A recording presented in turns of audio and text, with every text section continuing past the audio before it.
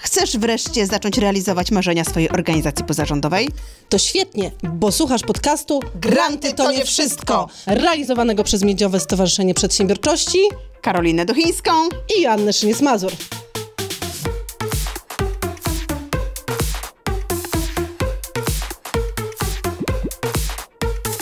Dzień dobry w 13 odcinku. Nagrywamy go 4. raz. Nie 4, 3. Wszystko przed nami. Ale słuchajcie, a to tylko dlatego, że ten dzisiejszy odcinek to jest dla nas taki odcinek terapeutyczny. Ja już jestem zmęczona, wiecie co, jak go słyszę o tym odcinku. Bo to jest taki odcinek samobiczujący, czyli który będzie mówił o tym, jak tego nie robić. Trochę, na naszym przypadku. Ale dzisiejszy odcinek będzie przede wszystkim o tym, co dalej, jeżeli mamy już misję, wizję i wartości. Głos oddaję Joannie. Tak. Słuchajcie, jakby następnym etapem tego, jak już dobrze wiemy, na czym nasza organizacja stoi, czyli nad tymi dobrze wiemy, jakie są te nadrzędne rzeczy, które nami kierują. Czyli misja, wizja i wartości. Czyli misja i wizja wartości. To następnym tematem, który musimy sobie bardzo dobrze wypracować i to jest, słuchajcie, kluczowe, to jest dobrze określić sobie obszary działania naszej organizacji. I te obszary działania to są takie filary naszej organizacji, takie strategiczne obszary, w których my się chcemy specjalizować. I zaczynamy robić to tak, że jeżeli już jesteście organizacją, która od jakiegoś czasu funkcjonuje, to zachęcimy was do tego, żebyście wypisali wszystkie obszary działań, które do tej pory robiliście. Przypatrzcie się z wszystkim swoim działaniom historycznym. Zobaczcie, jak to się grupuje. Czyli można z tego zrobić jakieś zbiory wspólne. Jakieś zbiory wspólne. Czy są być może jakieś takie obszary działań, o których mówicie, tak jak trochę my o tym naszym podcaście, o których mówicie, że chcielibyście robić, ale jeszcze nie zrobiliście i uważacie, że to też powinno tak strategicznie znaleźć się w tym obszarze waszej działalności. No i taką trochę drogą eliminacji zachęcamy was do tego, żeby tych obszarów było około 3, takich eksperckich, ale tutaj bardzo ważna uwaga i tutaj zaraz opowiemy historię z naszego doświadczenia.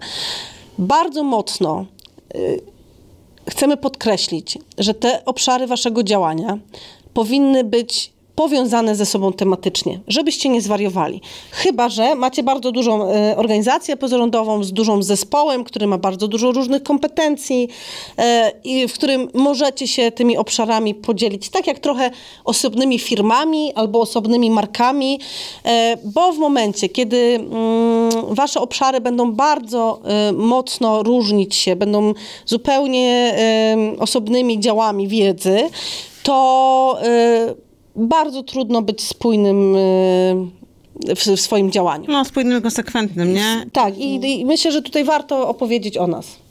Bo my mamy tak zrobione 4 obszary, które są tak bardzo mocno różniące się. Wiecie co, u nas to wygląda tak, że my działamy bardzo projektowo, czyli jeżeli bierzemy się na przykład, zaczyna się ciepły okres, zaczynają się przed wakacjami, zaczynamy robić działania przyrodnicze bardzo mocno. Znaczy projektowo to nie zawsze znaczy, że za pozyskane granty. Nie, absolutnie nie. To w ogóle znaczy, że my działamy projektowo, nasz sposób pracy, a nie finansowanie.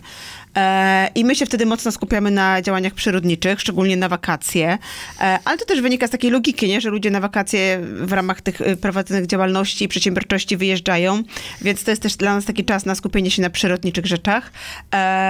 Jeżeli teraz robiłyśmy kurs dla NGO i teraz jesteśmy w podcaście, no to jakby bardziej ten projekt NGO-sowy jest realizowany i rozwijany. Natomiast przy naszym działaniu, przy tego typu działania, które my prowadzimy, jest duże ryzyko, że na pewien moment totalnie zawieszamy komunikację w jakimś obszarze. Tak, a my tych obszarów mamy 4, bo pierwszy obszar to jest właśnie NGO-sy, wspieranie ekonomizacji organizacji pozarządowych. Drugi obszar to jest ten obszar przyrodniczy. Trzeci obszar to jest sprawczość kobiet i dziewczyn. I 4. obszar to jest obszar Mikroprzedsiębiorczości. Mikroprzedsiębiorczości, tak. I słuchajcie, dzisiaj dlatego się śmiałyśmy, że to jest taki odcinek terapeutyczny i samobiczujący, bo w następnym odcinku będziemy mówili o strategii komunikacji. Już się boję. I wyszło to, co my wiemy, ale jakby jakoś nigdy do nas to aż tak bardzo nie dotarło, że w momencie, kiedy macie 4 lub 3 tak bardzo różne od siebie obszary, to tak naprawdę każdy z tych obszarów musicie traktować jako osobną firmę, osobną organizację pozarządową czy osobną markę. Co za tym idzie, powinien być do tego przypisany osobny zespół ludzi, osobny kanały komunikacji, jakby osobna, podstrony przy stronie www. Wiecie, to jest po to, żeby trochę i wam uporządkować, ale przede wszystkim też uporządkować waszym odbiorcom. Tak, odbiorcom, ale też na przykład algorytmom w mediach społecznościowych czy w Google'ach, bo algorytmy bardzo świrują, jeżeli na waszych kanałach społecznościowych pojawiają się nagle treści przyrodnicze, a potem biznesowe, a potem aktywizujące. Więc to jest takie przestrzegamy was przed tym bardzo mocno.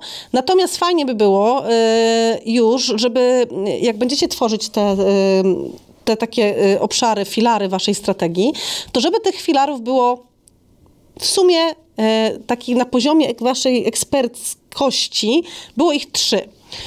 Czyli na przykład, ja sobie teraz powiem o takim obszarze, bo tutaj przedyskutowałyśmy go przed chwilą, to jest obszar takiej organizacji pozarządowej, która wspiera osoby niepełnosprawne. No i ja sobie tak myślę, troszkę na podstawie jednej z organizacji, którą znamy, ale troszkę tak fantazjując, więc nie bądźcie dla nas zbyt surowe, ale tak możemy sobie wymyśleć, że taka organizacja na poziomie ekspertkości może mieć takie 3 obszary strategiczne, w których będzie działać. Pierwszy obszar to może być obszar związany z terapią z końmi, ze zwierzętami, hipoterapią, tak? Czyli to jest taki obszar, w którym może działać. Albo w ogóle obszar taki terapeutyczny. Drugi obszar to może być obszar wsparcia takiego wytchnieniowego dla rodziców osób z niepełnosprawnością. A trzeci obszar może być na przykład obszarem edukacyjnym. Edukacyjnym, związanym z wykorzystaniem tej przestrzeni, którą mają dla dzieci już pełnosprawnych? Tak, pełnosprawnych, ale już pod takim kątem właśnie tej edukacji włączającej, tak? Pokazującej, że są takie osoby wśród nas. I jakby są 3 obszary takie eksperckie, które są bardzo, bardzo mocno spójne z nami. I jakoś tak naturalnie, jak puzzle się uzupełniają. Fajnie jest też, jeżeli do tych 3 takich eksperckich obszarów dołożymy sobie takie 2 obszary, które wynikają mocno z naszych wartości. Oczywiście od wartości naszych organizacji pozarządowych i to są takie obszary, które przydają się trochę budować taką pozycję bohatera. Bohatera, wiarygodności. Myślę po angielsku, dlatego tak mi się takie słowo znalazło. Natomiast pokazuje to, kim my jesteśmy. To są takie obszary, które pokazują naszą historię, które są dla nas ważne, niekoniecznie mocno powiązane z tym tematem. One po prostu mają nas uwiarygodniać. W naszym przypadku, w naszej organizacji, takimi obszarami na pewno jest, wynikającym z wartości, jest na pewno na przykład jednym z obszarów jest odcisk węglowy. Ograniczanie śladu węglowego. Dziękuję. Ograniczania śladu węglowego. I my, prowadząc wszelkie różnego rodzaju działania, zawsze o tym śladzie węglowym pamiętamy, który wynika bardzo mocno z naszych wartości i on tak naprawdę się pojawia cały czas, mimo że to nie jest bezpośrednio to, czym my się zajmujemy. Nie? Mam nadzieję, że to jest jasne. I teraz znajdując te filary działań, jak już wiemy, co historycznie mamy je podzielone, mamy to, co uważamy, że powinniśmy jeszcze wprowadzić, więc strategia generalnie jest, słuchajcie, długo taka terminowa, więc troszkę musimy też myśleć o tym, co faktycznie tak mocno planujemy zrobić. To warto też wrócić do tej wizji, misji i wartości, i zobaczyć, czy na pewno te nasze obszary pokrywają się z tym, co napisaliśmy w tej misji, wizji i wartości. Bo to też jest takie coś, co my często też wpadałyśmy kiedyś w tą pułapkę, teraz już po dobrym zrobieniu strategii to się u nas nie dzieje. To jest to, że łapiemy się, to też już o tym mówiłyśmy, że łapiemy się różnych projektów i piszemy projekty pod jakieś konkretne konkursy, nie zastanawiając się nad tym, czy to jest faktycznie coś, co dla naszej organizacji jest korzystne, bo jest w naszej strategii, tak? Czy wynika z naszej misji, wizji i wartości. Więc jak już te obszary sobie spiszecie, to sprawdźcie to, czy te obszary faktycznie są spójne z tym, takiej dalszej perspektywie też przydatne, nie? Tak, spójne z tą misją, wizją i wartościami. Jeżeli nie, to jakby mogą się zadziać dwie rzeczy, bo pierwsza rzecz może się zadziać taka, że po prostu stwierdzicie, no nie, no to faktycznie bez sensu w ogóle wchodzić w ten temat, ale druga rzecz, jaka się może zadziać, to jest taka, że będziecie musieli wrócić do misji, wizji, wartości, bo być może okaże się, że ten obszar jest tak ważny, że on się musi pojawić w tej misji, wizji i wartości, nie? Więc tutaj też bardzo mocno was zachęcamy do tego, żeby w ten sposób zadziałać. No i na koniec oczywiście trzeba to bardzo mocno doprecyzować, skrócić, tak żeby zostać z 5 obszarami, 3 powiązanymi ze sobą eksperckimi obszarami i 2 takimi, które wynikają z waszych wartości. No a co, jeżeli tych obszarów jest za dużo, tak jak u nas?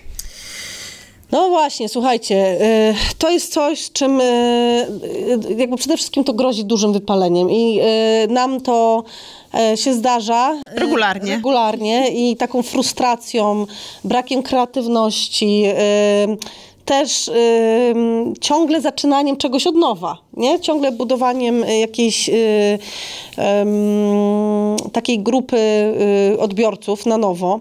No i fajnie jest, myśmy to akurat zrobiły sobie same taką autoterapię, fajnie jest, żeby jeżeli my tego nie widzimy, a mamy taką frustrację w sobie, że, że nie wyrabiamy się, to być może należy kogoś zatrudnić z zewnątrz. I kogoś, kto powie wam, hej. Może nie powie, ale po prostu przerobi z wami zakres waszej strategii, poukłada z wami pewne działania. Ktoś, kto ma doświadczenie pracy z organizacjami i ma też szerszą perspektywę i takie spojrzenie z góry, ten helikopter view na to, co robicie.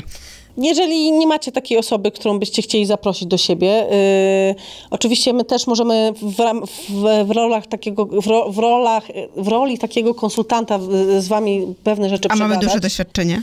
Tak, i bo żeby było śmiesznie, to jest taki trochę szef bez butów chodzi, bo miałyśmy w takimś momencie taki facepalm dzisiaj też, na zasadzie, że przecież dokładnie o tym rozmawiamy. I kazałybyśmy usunąć czy nalegałybyśmy, żeby taka organizacja usunęła przynajmniej 2 obszary, albo zawiesiła. Tak, natomiast jeżeli nie możecie tego, nie macie takiej osoby, która gdzieś tam was wesprze w tym temacie, to siądźcie z członkami swoimi i zróbcie burzę mózgów. Z tymi ludźmi albo z ludźmi, którzy z wami mocno współpracują, nie?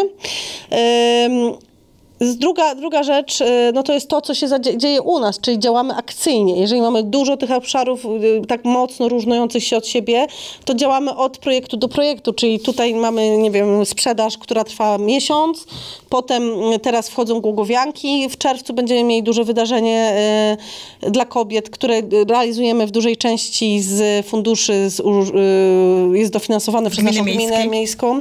Natomiast szukamy do niego finansowania i wchodzimy w akcję sprawczości kobiet teraz i dziewczynek, więc jakby zaraz znowu się przerzucimy na kolejny obszar i tylko tym się będziemy zajmować. No i no to też jest jakieś rozwiązanie, żeby tak działać. Od akcji do akcji, natomiast to jest trochę takie strzelanie sobie w plecy. Znaczy, to nie jest dobre rozwiązanie. To nie jest dobre rozwiązanie. Takim rozwiązaniem my trochę to stosujemy, bo akurat przy tej sprawczości kobiet i dziewczynek co roku udaje nam się zbudować jakiś zespół wokół tego tematu, wokół tematu błogowianek, który mocno nas wspiera w tym działaniu, a my pełnimy taką funkcję nadzorcy, takiego ostatecznego głosu. I tutaj jest to możliwe dzięki dosyć dobrej automatyzacji naszych procesów i procedur. Czyli co to znaczy? I myślę, że jeżeli w ogóle chcecie mieć dużo tych obszarów i jest w waszej organizacji więcej rzeczy, to prędzej czy później zdacie sobie sprawę z tego, że to jest niezwykle potrzebne. To są takie rzeczy pod tytułem ustalenie jednego kanału komunikacyjnego, ustalenie jednego obszaru roboczego, na przykład narzędzi Google'a, ustalenie... Podział obowiązków. Na przykład, jeżeli mamy obowiązki związane z promocją jakichś wydarzeń, to jak powinien wyglądać kalendarz publikacji treści na ten temat. Ale też kto to powinien robić? Kto powinien to robić, gdzie powinny się pojawiać, jeżeli na przykład robię wydarzenie na Facebooku, to w jaki sposób to się powinno zadziać. Czyli na przykład mam taką procedurę, która mówi, że najpierw wstawiam treść na stronę, potem wstawiam na media społecznościowe, a potem tworzę posty. Potem jeszcze dodaję do kalendarza takiego lokalnego, który jest tam przez gazetę lokalną prowadzony. Do tego muszę stworzyć 4, jeżeli to jest wydarzenie lokalne na małą skalę, to muszę stworzyć 3 do 5 postów promujących. Komunikatów. Tak, komunikatów promujących. Jeden to na pewno musi być komunikat, który będzie mówił o wartościach, jeden, który będzie zbijał o obiekcje, a jeden, który będzie pokazywał opinię na temat. I to jest taka procedura, którą my mamy rozpisaną u siebie. No i w momencie, kiedy macie te procedury dobrze, jakby zaczynacie rejestrować to, co się dzieje, no to już żonglowanie tymi obszarami działań jest troszkę dla was prostsze, zwłaszcza jeżeli macie jakieś osoby, które wam w tym pomagają.